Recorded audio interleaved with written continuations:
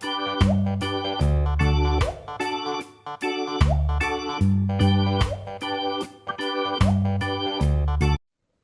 Friends, இன்னைக்கு நம்ம பன்னீர் cutlet எப்படி பண்ணுறதுன்னு பார்க்கலாங்க. அதுக்கு முன்னாடி நம்ம சேனலை மறக்காமல் சப்ஸ்கிரைப் பண்ணிக்கோங்க. பக்கத்தில் இருக்க பெல் ஐக்கானையும் கிளிக் பண்ணிக்கோங்க. அப்போ தான் நான் நெக்ஸ்ட் போடுற வீடியோஸ்லாம் உங்களுக்கு நோட்டிஃபிகேஷனில் வருங்க. ஓகேங்க, இப்போ பன்னீர் கட்லெட் எப்படி பண்ணுறதுன்னு பார்க்கலாங்க. இப்போ 100 கிராம் பன்னீர் எடுத்திருக்கேங்க. இது வீட்டிலேயே செஞ்ச பன்னீருங்க.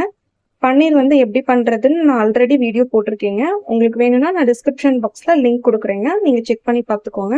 ஓகேங்க, இப்போ எப்படி பண்ணுறதுன்னு பார்க்கலாங்க. இப்போ இந்த பன்னீரை நம்ம நல்லா உதுத்து எடுத்துக்கலாங்க. இந்த மாதிரி நல்லா உதுத்து நம்ம ஃபுல்லா எல்லா பன்னீரையும் நம்ம இந்த மாதிரி உதுத்து எடுத்துக்கலாங்க. நீங்க கையிலே உதுத்து விடுறதுனால உதுத்து விட்டுக்கலாங்க. அப்படி இல்லைன்னா இந்த காய் சீவறதுல இந்த மாதிரி நம்ம உதுத்து விட்டு இதை நம்ம பன்னீரை ஃபுல்லா எடுத்துக்கலாங்க. இப்ப பாருங்க, இப்படி இந்த மாதிரி இருக்குங்க.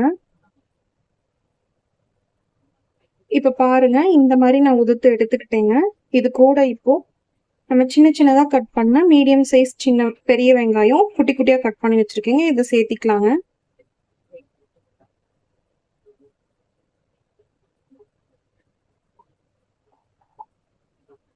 கொஞ்சமா இந்த அளவுக்கு கேப்சிகம் எடுத்திருக்கேங்க. இந்த குடமிளகாய் இதுல கொஞ்சம் சேர்த்திக்கலாங்க. சின்னதா கட் பண்ணி வச்சிருக்கேங்க.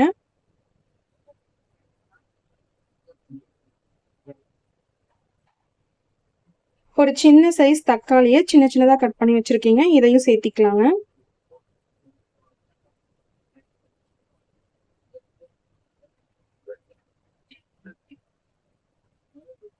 கொஞ்சமா மல்லி இலை சேர்த்திக்கலாங்க. அதையும் பொடியா நறுக்கி வச்சிருக்கீங்க. இப்போ இது கூட ஒரு 1/2 ஸ்பூன் உப்பு சேர்த்திக்கிறேங்க. ஒரு 1/2 ஸ்பூன் மிளகாய் தூள் சேர்த்திக்கிறேங்க. இப்போ இதுல ஒரு 3 ஸ்பூன் அளவுக்கு நான் அரிசி மாவு எடுத்திருக்கேங்க. இதையும் சேர்த்திக்கிறாங்க. இப்போ இதை நல்லா மிக்ஸ் பண்ணிக்கலாங்க.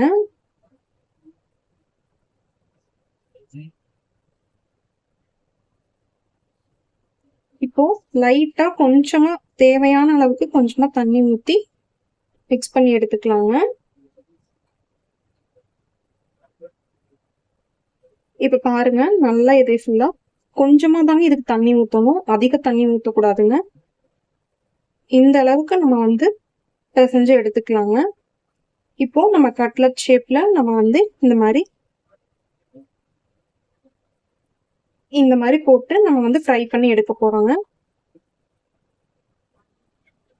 இப்போ இந்த டவால கொஞ்சமா நான் எண்ணெய் விட்டு வச்சிருக்கேங்க. எண்ணெய் கொஞ்சம் காயட்டுங்க. இப்போ நம்ம ரெடி பண்ணி வச்சிருந்த பன்னீரை இதுல சேர்த்திக்கலாங்க. எண்ணெய்ல இந்த மாதிரி நமக்கு தேவையான ஷேப்ல நம்ம ரெடி பண்ணி வச்சிருக்கோங்க. அதை இதுல சேர்த்திக்கலாங்க.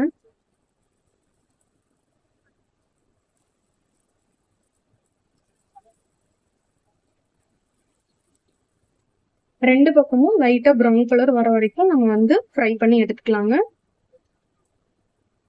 நீங்க ஸ்கூல் விட்டுக்கு வர குழந்தைங்களுக்கு இது ஸ்நாக்ஸ் மாதிரி பண்ணி கொடுத்தீங்கன்னா குழந்தைங்க ரொம்ப விரும்பி சாப்பிடுவாங்க. இப்போ இதை நம்ம ஒன்னொன்னா திருப்பி போட்டுக்கலாங்க. பாருங்க, லைட் ப்ரௌன் கலர்ல வந்ததுக்கு அப்புறம் நம்ம ரெண்டு பக்கமும் மாத்தி ஃப்ரை பண்ணி எடுத்துக்கலாங்க.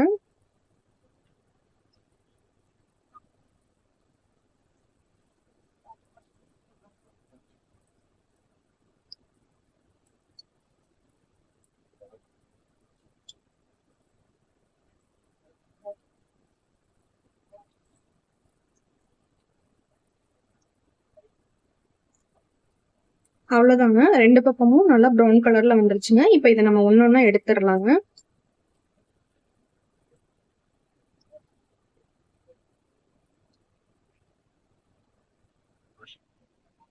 அவ்வளவுதாங்க, சூப்பரா ரெடி ஆயிடுச்சுங்க நம்ம பன்னீர் கட்லெட். நீங்களும் கண்டிப்பா ட்ரை பண்ணி பாருங்க, ரொம்ப நல்லா இருக்குங்க.